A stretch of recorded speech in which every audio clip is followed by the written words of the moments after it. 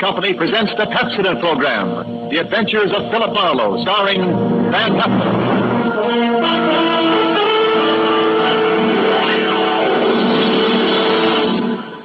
Pepsodent presents Philip Marloe, Hollywood's famous private detective created by Raymond Chandler.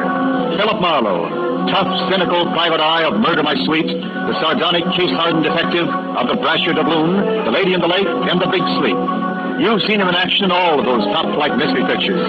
Now, in order that you may continue to enjoy this exciting mystery series, Pepsodent brings you The Adventures of Philip Marloe on the air with a cast of noted radio players and starring MGM's brilliant and dynamic young actor, Van Heflin.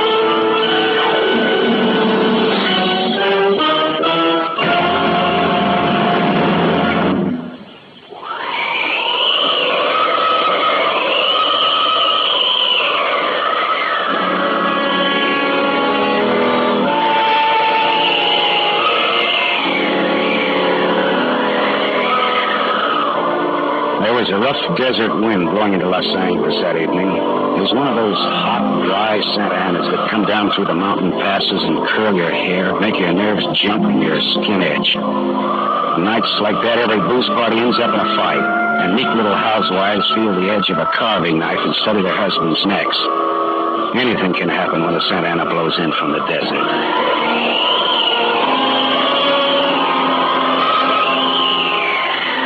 I closed up my office early. I got tired of reading Philip Marloe, private investigator, backwards in the ground glass of my office door. So I opened the door and closed it from the outside and locked it and went out to get a beer before I went up to my apartment.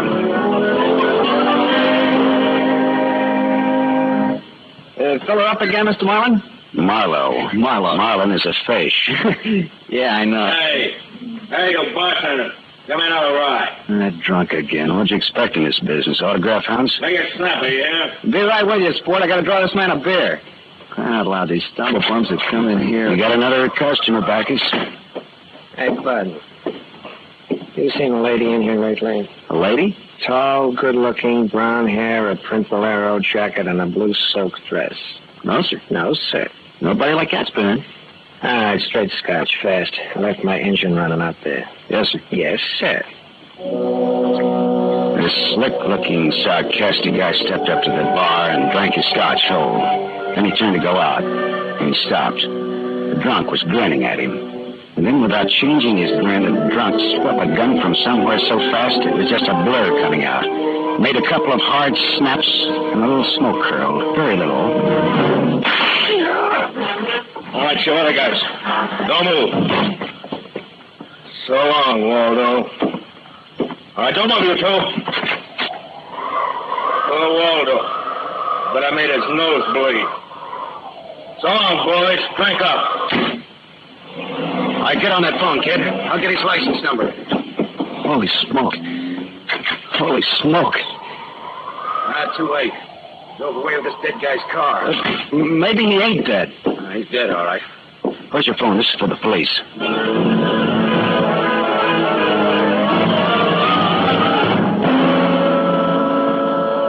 The prowl car boys were there in about 5 minutes.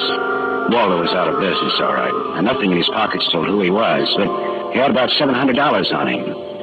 I told the cops what I knew, including about Waldo's tall, brown-haired pretty girl in the bolero jacket. It was about 9 o'clock when I stepped out of the elevator in my apartment house and almost walked right into a tall, brown-haired pretty girl in a bolero jacket, waiting for the elevator on my floor. Oh, excuse me. Just a minute, lady. I said, excuse me, I'm in a hurry. I'll be good enough Look, to you step better out. not go outside in those clothes. Just what do you mean by telling me This what? isn't a make. You're in trouble. Trouble? Yeah, the cops are looking for you in those clothes. But I haven't done anything that's... I'm in room 41 across the hall now. I never collected an etching in my life. All right, I'll go with you. I'll go. I got to my room and rustled up some scotch and soda and brought the girl her glass. She had a small automatic in her hand. It jumped up at me, and her eyes were full of panic. I put down both glasses on the table slowly so that I wouldn't be misunderstood. Look, sister, maybe this wind has got you crazy, too. Don't move. Be careful, don't move. A man just got shot in a bar down the street. Before he got it, he'd been asking about a tall, pretty girl with a bolero jacket, like yours. What did he look like? This man. Tall, 5'11", slim, dark brown eyes with a lot of glitter, dark suit, white handkerchief in the breast pocket. And he must have seen you earlier tonight to know how you were dressed. Am I getting anywhere? He used to be my chauffeur. You had an appointment with him, didn't you? Why? Listen, he asked for you, didn't he? Yes, I had an appointment with him. He'd stolen something from me when he left 3 days ago. I was going to buy it back from him. Why didn't you tell the police? I couldn't tell him. It was valuable, wasn't it? Valuable enough for Waldo to steal? $15,000. Oh, it's peanuts. But it wasn't the value. It meant something to me. The man I loved gave it to me, and now he's dead. He was a flyer shot down over Germany. I'll go back and tell my husband that. He probably hired you. He did? Well, how much is he paying me? And where is this husband of yours? He's at a meeting. This late at night? He's a very important man. He's a hydroelectric engineer. I'll let you know that my husband is one of the... Skip it. I'll take him out to lunch sometime and have him tell me himself. And about Waldo, whatever he had on you is dead stock now, like Waldo himself. He's dead. Waldo's dead? Yes, sister, he's dead. Dead. Lady, he is dead. Oh. Now scream and I'll give you 2 black eyes. I'm not going to scream. Who would that be? There's a dressing room behind that door. Hide there. Now, don't argue with me. Do it. It's all right.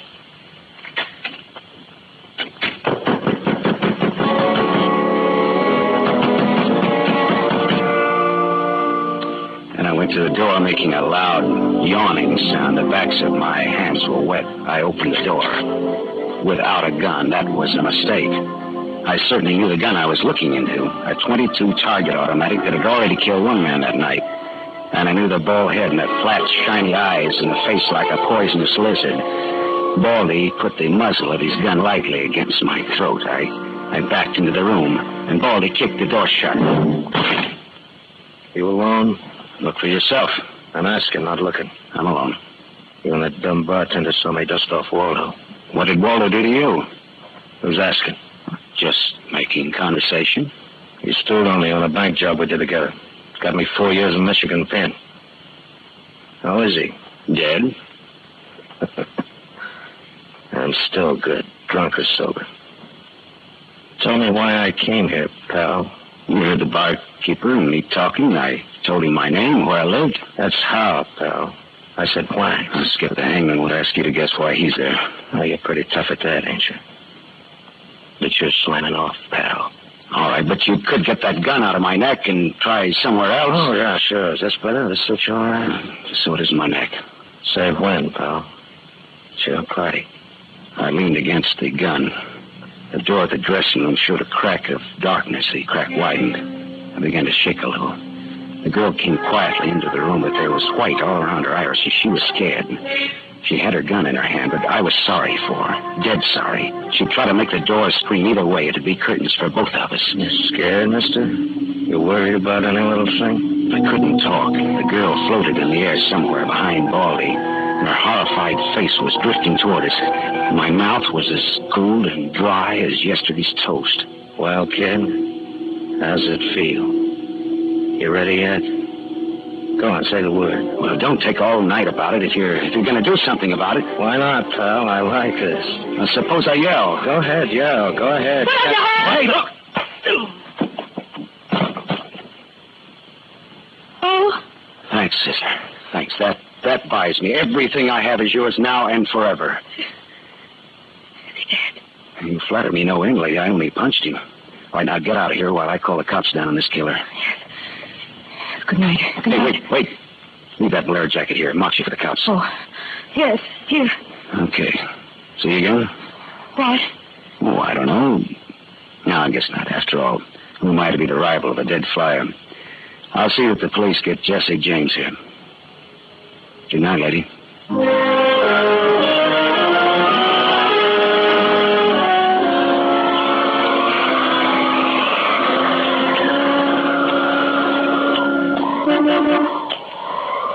Yeah? You mean me? Yes, please. Oh, you. Again, huh? Get in. I must talk to you.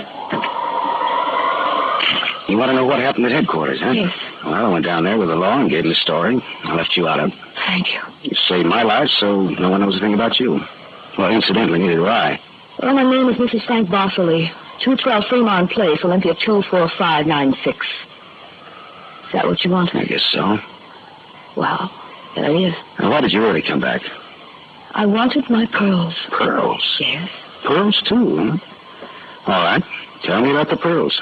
You've had a murder and a beautiful mystery woman and a sadistic killer and a heroic rescue. Now we will have pearls. I was to buy them back from a man called Waldo. Well, I saw everything that came out of his pockets, and there weren't any pearls. Could they be hidden in his apartment? It's possible. Waldo lived on the same floor you do in his apartment house. And why didn't I know him, at least by sight? He moved in last week. He managed to get a sublet. Yeah, great. A sort of an amateur magician on the side, huh? It's getting rather late. Yeah. What about your husband this hot, mysterious night? He's still at his meeting. You could have brought him along. You could have sat in the back seat working out a problem in hydroelectrics. While what? Well, I didn't have any answers that wouldn't sound cheap or just ridiculous if from the sophomore class the radar team had an unlit cigarette in my hand. I threw it out of the window. I took a hold of her and kissed her. She sat very still. I was shaking when I let go of her. Her voice trembled a little when she spoke.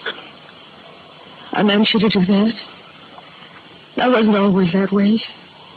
Only since Johnny Dalmas was killed in the war. He gave me those pearls. 41 of them, perfectly matched with the diamond propeller clasp. I'd have loved them if they'd been wooden beads, because he gave them to me. I love Johnny. The way you love just one time. You understand me? What's your name? Lola. Lola, how did you explain a $15,000 pearl necklace to your husband? I told him we were imitation, and I bought for myself. How did Waldo latch onto them and what they stood for? When my husband was in Argentina, Waldo and I'd go for long drives. I was restless and wretched because of Johnny. Sometimes Waldo and I had a little drink together, but that's all. But you confided in Waldo about this pearl. I was a fool. And when your husband came back, Waldo stole the pearls and offered to sell them back to you, or he'd tell Papa, huh? I was a fool. And now you think the pearls are upstairs in Waldo's apartment? I suppose it's a lot to ask. No, sweetheart. I've been paid. I'll go look. We're here.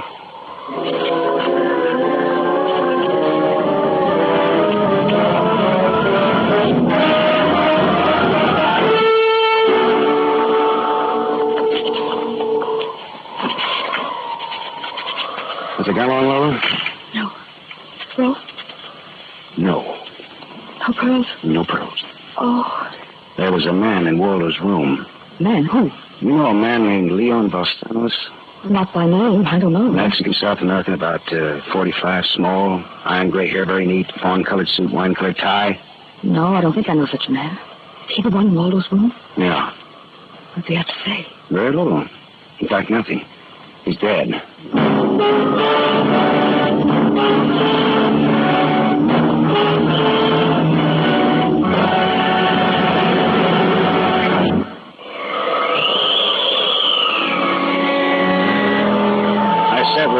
In a car listening to that jittery, infuriating desert wind gallop around in the midnight streets. I just told her about the Latin-looking man I'd found in Waldo's room in a very dead condition. I held her hands until they stopped trembling, and I gave her the few remaining details. He had a gun in a shoulder holster, but someone had strangled him before he could use it. Someone? Waldo? Maybe. You see that convertible coupe two cars ahead of us? Been there for hours. We've there before I parked here to wait for you. Leon, the man in Waldo's room, came in that car, but according to the key containers he carried, that isn't his car. Whose car is it?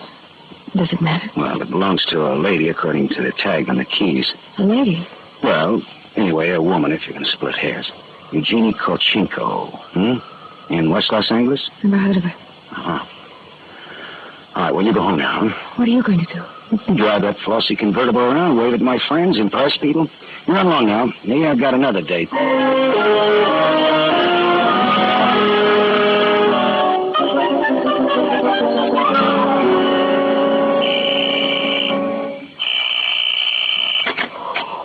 Yes? What is it, please? Miss Eugenie Kolchenko? Yes? What is it? Did you lose or misplace a pigeon gray convertible coupe? What are you saying? Now, don't be alarmed. I found it, and I brought it home to you. Come in, please. This is a reward you wish. Shall we say... Snap out of it, Dragon Lady. Who was he? Oh, what's... A little guy, Leon. You loaned your car to. He's dead. Who was he? Oh, no. Oh, yes. Eugenie. Darling, come here, please. What's the matter, honey? Who is this man? I came about Miss Kolchenko's car. What about her car? The gentleman who borrowed it couldn't return it on account of he isn't alive. She's dead. Darling, she's dead. Well, that's putting it more bluntly, of course. Dead, huh? Completely. Who are you? Philip Marloe, private investigator. My card. Mm-hmm. You told the police yet? Never do at once what can be deferred pending negotiations. He's something. I'm not negotiate. Oh, peachy. What do you know, Marlowe? A man named Waldo was shot in a bar tonight. I happened to have the inside as to who he was, and when I visited his apartment tonight, I found this Leo Balsanos dead. He wouldn't have had $500 in 20s on him, would he? No, but this Waldo had over $700 on him when he was killed at that cocktail bar, mostly in 20s. Hmm. Is there a basis there for negotiations yet? Very well, Marlowe. I'm a married man. There were certain unpaid bills for some stuff Miss Kolchenko here had charged to my account. But you told me I might charge to your account. All right, so I wasn't very bright. That might be the understatement of the decade, but go on. I had the unpaid bills safely in my briefcase. Somehow this Waldo had a chance to steal the briefcase. I hired Leon and gave him $500 to buy back those bills from Waldo. Instead, Waldo took Leon's dough and was forced to kill Leon in the process. And then he went out to keep another date and accidentally walked into an old pal hostile enough to blow him down. And someone still has those bills. And I'm in for remorse. The man who shot Waldo got away in Waldo's car with your briefcase in it. Yeah, that could be. The cops caught him. Oh. And the police have the briefcase. Maybe.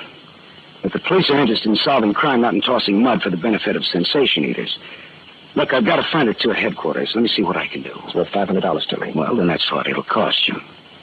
Well, good luck. And, thank you, Mr. Marlowe. Philip Marlowe, remember? My name is Frank Barcelay. Barcelay. Oh? What does that mean? The big hydroelectric engineer? Yeah. How did you know? My voices tell me. Who? Darling, this man is manifestly insane. It's the heat, Miss Kolchenko. It's the Santa and it's the desert wind. May I use your telephone?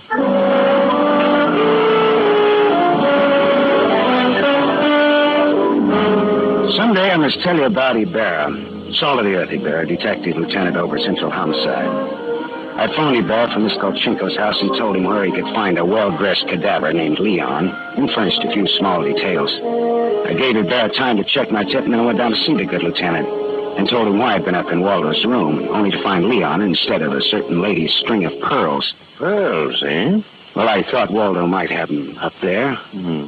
Whose pearls were they? A lady's. Go on. Or they might have been in Waldo's car that Waldo's killer drove away in. Yeah. Well, what, yeah? They might have. Also a batch of unpaid bills charged to the account of a certain Frank Barcelay? Yeah. Uh-huh. Well, now, the police aren't interested in domestic scandal. They want to prevent or to solve crime, right? So I've got $500 for the police fund if those pearls and those bills are returned to their rightful owners. Creature kid. No, it's a valuable necklace. Yeah? There's your necklace. That's it. 41 pearls, perfectly matched diamond propeller clasp. That's it. That's the one. Take it away, Marlowe. On the level?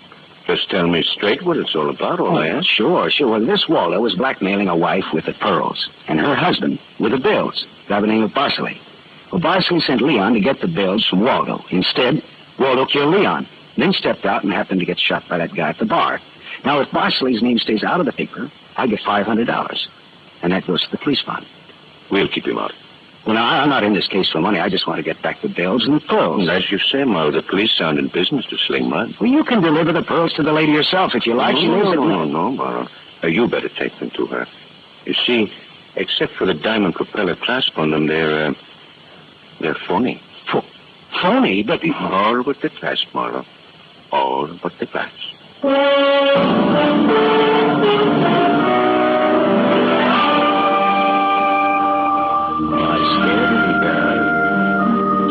So the flyer, Johnny Dalmas, the great lover, had given Lola a string of fake pearls.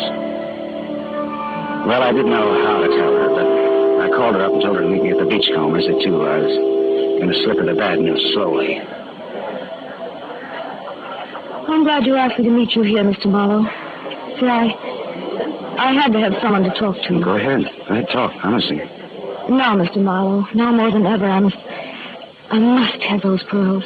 Why? Money trouble? Oh, no. It's just that everything's gone wrong. And this morning my husband told me we're to separate. Oh, I'm sorry, Lola. But if I had Johnny's pearls, it would be a link with the past and with Johnny.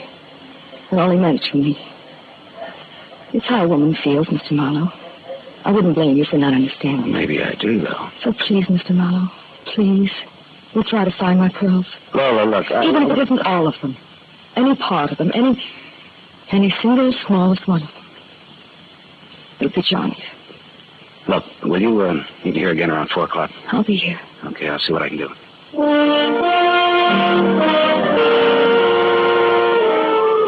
There was only one earthly decent thing I could do. I took Lola's glass pearls to a jeweler and I had him take off the diamond clasp, put it on one of those strings of so-called simulated pearls that they sell you for $3, tax included. Then I went back to keep my 4 o'clock date with Lola at the Beachcombers. Well, Mr. Marlowe, anything new? Yes, the police found some pearls in Waldo's car. They found my pearls? No, not exactly. Not exactly. Well, Waldo was getting set to jail, Lola. He had the diamond clasp of your necklace attached to a string of cheap imitations. And then he sold the real pearls. Oh, how... Oh. These are the imitations here. Yes. But it is my clasp. The clasp is real. Is that all right? Yes, it's the clasp that Johnny Dalmas gave me. Of course it's all right. Oh, that's swell.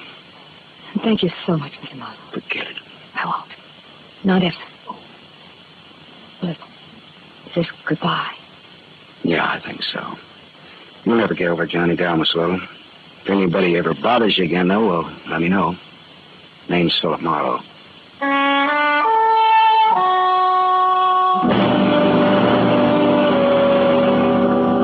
I drove almost to Malibu and then I parked and walked out on that rock cliff.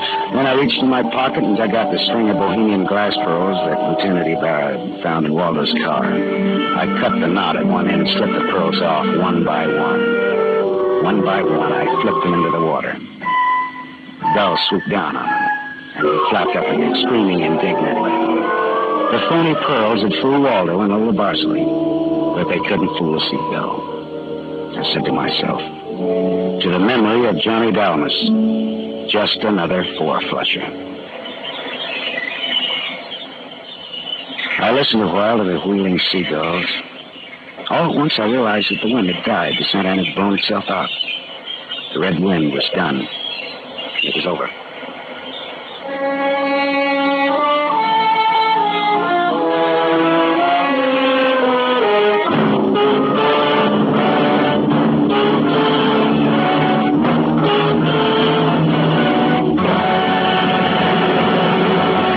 You have just heard Van Heflin, starring in the first of a new mystery series, Raymond Chandler's The Adventures of Philip Marloe, brought to you by the Lever Brothers Company, makers of Pepsodent. Tonight's story on The Adventure of Philip Marloe is based on Red Wind, written by Raymond Chandler, creator of Philip Marlowe, the screen's most famous private detective. It was adapted for radio by Milton Geiger. Third with Van Heflin was Lorene Tuttle as Lola Barsley. And this is Wendell Niles inviting you to listen again next week at this same time to another exciting story on The Adventures of Philip Marloe, starring Van Heflin with a distinguished cast.